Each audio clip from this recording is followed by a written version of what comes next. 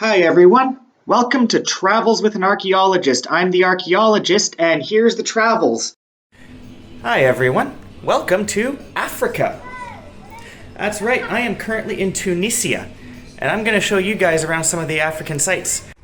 Like right here in Carthage, or here in El Jem, or there's here in the Sahara Desert, or here in Sousse, out here in Monastir. Now hold on, I know what you're thinking. Tunisia is not always the first thing that comes to mind when you think of Africa, but it probably should be. Here's why. Well, for one thing, Tunisia actually is in Africa, but it's also what we called Africa up until about 500 years ago. The Romans called their province here Africa Proconsularis, and later, after the takeover of the Arabs, it was changed to Ifriqiya, which is of course the Arabization of the term Africa. So how did this change? Well, essentially it's because when European colonists began exploring down the west coast of Africa, this term Africa came to encompass the entire continent. That's right, the entire continent of Africa was named for this stretch of coast just behind me, and everything else that Carthage controlled. More on that later, by the way. Tunisia also used to look a lot more like what we would think of when we hear the term Africa. There used to be savanna here, complete with lions, rhinos, and most famously elephants, but the Romans pretty much wiped them all out with their gladiatorial combat arenas. So, with that in mind, I'd like to take some time to talk about Tunisia itself, by which I mean the modern country, especially because it's the modern country you're going to be visiting. So, what are some of the basics? To answer that, I'm going to go back to my past self in Tunisia. Take it away, past me. Thanks, future me. Hey, by the way, how are you enjoying being back at work? Oh, get bent, you happy jerk. Classic, yeah, you're funny, man. Hold on, are you at the pool? Weren't you just in the hotel room? Yeah, why?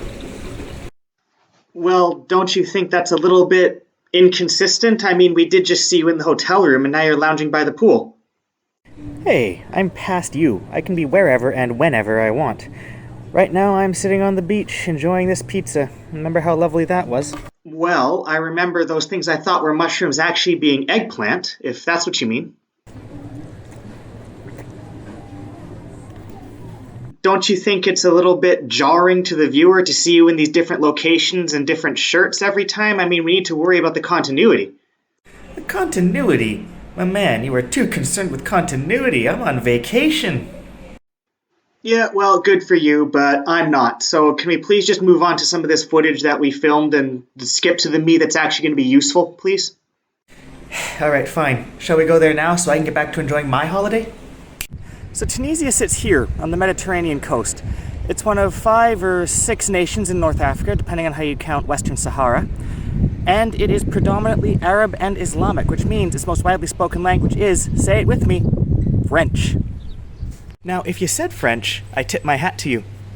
I didn't fool you. But if you did say Arabic, don't feel too bad, because it was a bit of a loaded question. Because I didn't say what was Tunisia's official language, I said what was its most widely spoken. Because the Arabic is Tunisia's official language. See, the problem with Arabic is it's just a little too diverse. Do you teach the local Tunisian dialect? Do you teach Quranic Arabic?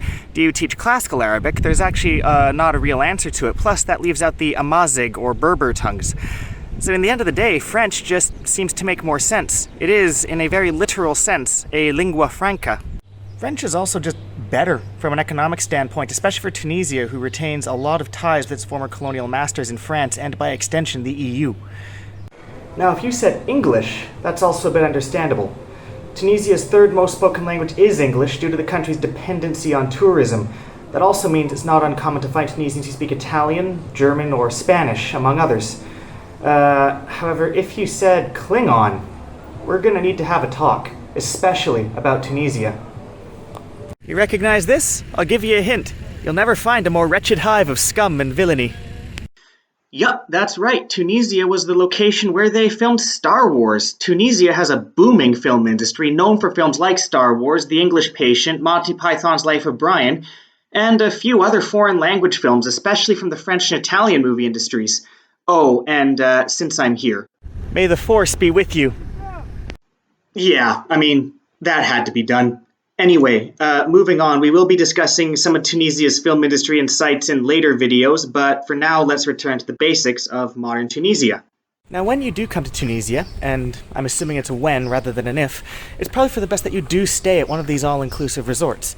Not only for the fact that it's actually pretty cheap to do it, but also because to get a Tunisian visa, you need to prove that you can afford the duration of your stay. So by getting an all-inclusive resort, you can pretty much meet those requirements without any extra hassle. All-inclusives in Tunisia are actually quite common for this very reason, and they really aren't too expensive. So where will you be staying when you come to Tunisia? Well, there's a few options of resort towns along the coast. There's Hammamet, Sousse, Monastir, and as I've said before, I really would recommend one of these. However, you might also stay in Tunis or Sfax, or maybe you want to do a desert excursion. Anyway, I'm going to see how much of these I can actually see of the country. I do only have a week here and a limited budget. Having now returned from Tunisia, I can tell you that the whole trip, including flights, transport, the all-inclusive hotel, for 1 week, it cost me less than £1,000, about €1,000, and if there's any Americans watching, that's about $1,200 to $1,300, but you're going to have further to fly, so I don't want to give you the false impression.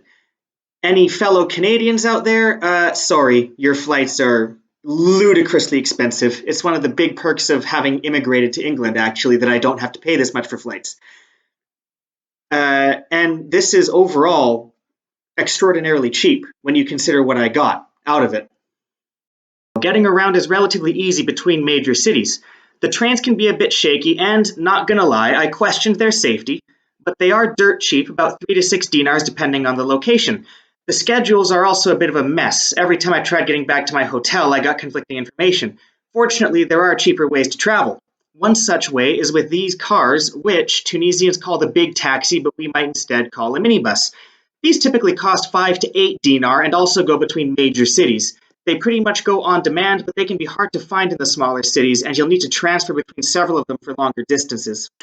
Once you get there, you'll see Tunisia isn't really like your typical Arab nation. Aside from the fact they are a democracy, you'll find it to be astonishingly liberal. The Tunisians have made great strides in wealth, racial, religious, and especially gender equality. In Tunisia, women are equal to men under the law and have been since 1957, and that's pretty rare in the Arab world. And they don't just talk the talk. As you can see from the streets of Tunis, it's entirely a woman's choice whether or not to wear a hijab. And it's not just the capital either. You can see similar scenes of women's choice in clothes in Sousse, Hammamet, and even rural towns like Gafsa. You also have the right to your own religion. This church in the middle of Tunis is a prime example of the religious freedom many Tunisians enjoy.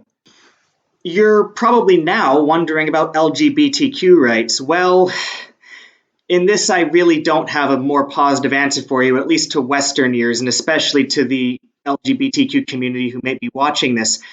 While they are progressive of the other Arab nations, which are actively suppressing and putting to death LGBTQ communities, Tunisians are still against it themselves. 70% of Tunisians are against opening up to LGBTQ rights, but importantly, and here's the silver lining, a lot of them acknowledge that this is hypocritical to the beliefs of their own Arab Spring Revolution and their own constitution and their own beliefs in how politics should be run and how their country should be run. So essentially their attitude is not yet, but one day. This is largely because Tunisia compares itself to European countries as a benchmark rather than to other nations in the Arab world or other nations in Africa. And to understand why that is, we're going to have to go to Kairouan and Tunis and Monastir and discuss some of Tunisia's recent past. But as it turns out, this is a whole story in itself. So we'll be going into it next episode. Oh, and past me. Yes? I can put you wherever and whenever I want to. For example, on the flight home. Don't worry, he'll be back in Tunisia for the next episode once he learns some manners. Anyway, thanks for making it to the end of my video. If you want to support my work, check out my Patreon. Don't forget to like and subscribe, and check out some of the fiction I've written on Inkit. Anyway, this has been Travels with an Archaeologist, and I will see you in the next episode. Also, I want to point out the main source for this series of videos, Tunisia, an Arab Anomaly by Safwan M. Masri. It's quite a good book. I recommend you check it out, especially if you're interested in the modern version of Tunisia. And in the meantime, we'll get back to the ancient history next round.